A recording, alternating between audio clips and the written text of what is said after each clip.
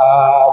আল্লাহ রাব্বুল আলামিন জানান, ওয়াতলু আলাইহিম, হে নবী আপনি আপনার উম্মতদেরকে জানিয়ে দেন, আপনার উম্মতের মাঝে বর্ণনা করুন, তিলাওয়াত করুন, পাঠ করুন, নাবা আবনাই আদম বিল হক, আদমের দুই সন্তানের ঘটনা। ইয ক্বাররাবা কুরবানান ফাতুকবিলা মিন আহাদিহিমা, ইয ক্বাররাবা কুরবানা, তাদের উভয়জনের যখন কুরবানি করার সময় হয়েছে, ফাতুকবিলা মিন আহাদিহিমা, একজনের কুরবানিকে কবুল করা হয়েছে, কারণ সে ছিল মুত্তাকি। আর আল্লাহ পাক রব্বুল আলামিন মুত্তাকি যারা হন তাদের আমলগুলোকে কবুল করেন। মুত্তাকি হওয়া শর্ত, আপনাকে আল্লাহর ভয়ভীতি থাকতে হবে। হাবিল ছিল মুত্তাকি, পরেজগার, দিনদার। ফাতুকবিলা মিন আহাদিহিমা, এইজন্য হাবিলের কুরবানিটা আল্লাহ পাক রব্বুল আলামিন কবুল করেছেন। ওয়ালাম ইউতাকাব্বাল মিনাল আখার, তার যে ভাই ছিল কাবিল, কাবিলের কুরবানিটা কবুল হয়নি। এজন্য কাবিল আরো শত্রুতা হয়ে গেল। এমনি তো হাবিলের সাথে তার দ্বন্দ্ব ছিল বোনকে বিয়ে করা নিয়ে, এখন যেহেতু কুরবানি হয়নি এজন্য আরো বেশি কি হয়ে গেছে, শত্রু হয়ে গিয়েছে।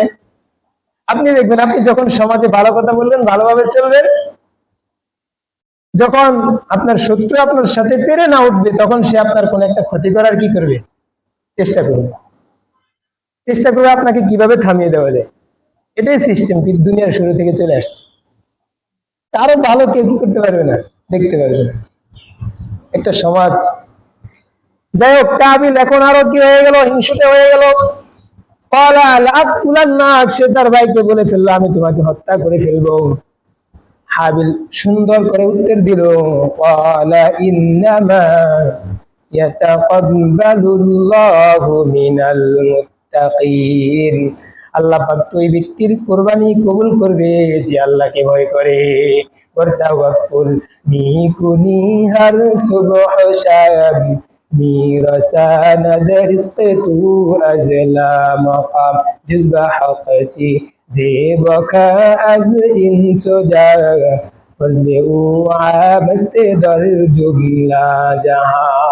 কারণ হলো কুরবানির পশু কিন্তু আল্লাহর কাছে পৌঁছবে না। কুরবানির পশুর রক্ত কি আল্লাহর কাছে পৌঁছবে? আল্লাহর কাছে কিছুই যাবে না। আল্লাহর কাছে যাবে একমাত্র আমাদের অন্তরের বিষয়টাকে খালেস নিয়তে আল্লাহর জন্য কুরবানি করেছেন। আমার আল্লাহ বলেন সূরা হজ 12 নম্বর 17 আয়াত নম্বর 37 পৃষ্ঠা নম্বর 15, আমার আল্লাহ বলেন লা ইয়ানালাল্লাহা লুহুমুহা ওয়ালা দিমাউহা ওয়ালাকিন ইয়ানালুহু তাকওয়া মিনকুম। লা ইয়ানালাল্লাহা লুহুমুহা,